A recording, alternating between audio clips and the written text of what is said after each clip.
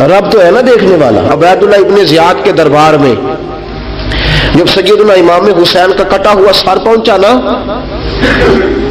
اس نے ایک چھڑی پکڑی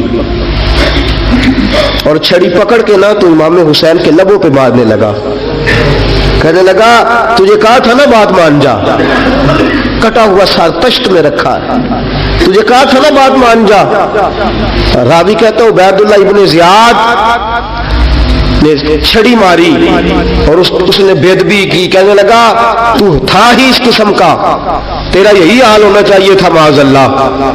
حضرت بریدہ اسلمی حضور کے صحابی دربار میں موجود تھے، فرمایا ابن زیاد تو برا ہے، تیرا باپ برا ہے، چھڑی پیچھے کر۔ کئی بار میں نے ان لبوں کو مصطفیٰ کو بوسے دیکھے ہوئے دیکھا ہے، پیچھے کر، پیچھے کر، ہٹا لے۔ راوی کہتے ہیں کہ 1 2 3 4 5 6 سال گزر گئے، وہی کوفے کا دربار، وہی محل، وہی تخت اور وہی تشت جس میں امام حسین کا سر رکھ کے لایا گیا تھا۔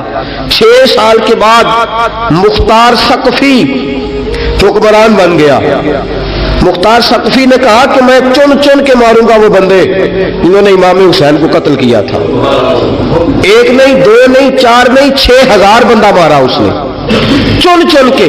راوی کہتے ہیں کہ یہ ابن زیاد 30,000 فوج لے کے نہر فرات کے کنارے میدان کربلا کے سامنے آیا اور اس نے جہاد کیا۔ مختار ثقفی نے ابراہیم بن مالک کو بھیجا، فرمایا جاؤ قتل کر کے لاؤ۔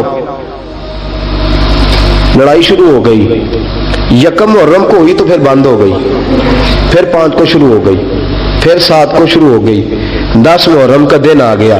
6 سال کے بعد وہی ظہر کا وقت آ گیا، وہی عبیداللہ ابن زیاد جس نے امام حسین رضی اللہ تعالیٰ عنہ کو قتل کروایا تھا، وہ گرا ہوا ہے اور زمین پہ گرا ہے۔ اس کی گردن پہ ابراہیم بن مالک نے پیر رکھا اور اس کی گردن کو کاٹ کے تشت میں رکھا، اور تشت میں رکھ کے جب اس نے کوفہ بھیجا، وہی تخت جس پہ عبیداللہ ابن زیاد نے بیٹھ کے امام حسین کے مبارک لبوں پہ چھڑی ماری تھی، اسی تشت پہ رکھ کے جب اسی عبیداللہ ابن زیاد کا سر سامنے رکھا تو کوفے کے اس دارالخلافہ کے ایک کونے سے ایک بابا بولا اور بول کے کہنے لگا لوگوں گواہ رہنا میرا رب بڑا عادل ہے، گواہ رہنا اللہ بڑا عادل ہے۔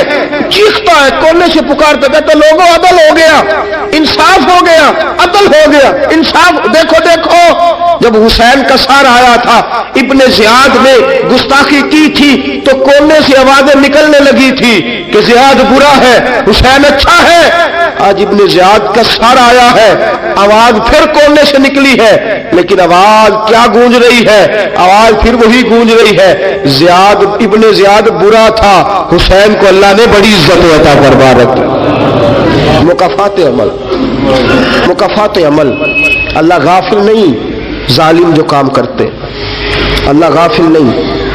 6 سال کے بعد وہی دن، وہی وقت، وہی گھڑی، وہی لمحہ، وہی سارا نظام، وہی دربار۔ انسان ڈرتا نہیں، انسان باز آتا، عبرت پکڑتا۔ ابن زیاد اس وقت کہتا تھا کہ میں جاؤں حسین کے پاس، یہ میں جو ہوتی ہے یہ مروا دیتی ہے۔ شیطان نے کہا تھا انا خیر منہم، میں بہتر ہوں، بس ختم ہو گیا، ختم ہو گیا۔ ابن زیاد قتل ہوا، وہی تاریخ، وہی زمانہ، اللہ کریم نے اس کو ذلت کی موت دی، مرا، اور 30,000 فوج لے کے نکلا تھا، پھر بھی بچ سکا نہیں۔ یہ ابن زیاد کا حال ہوا۔ ابن سعد صحابی کا بیٹا تھا، نبی پاک علیہ السلام کے پیارے صحابی کا بیٹا تھا، جناب سعد بن نبی وقاص کی اولاد تھی۔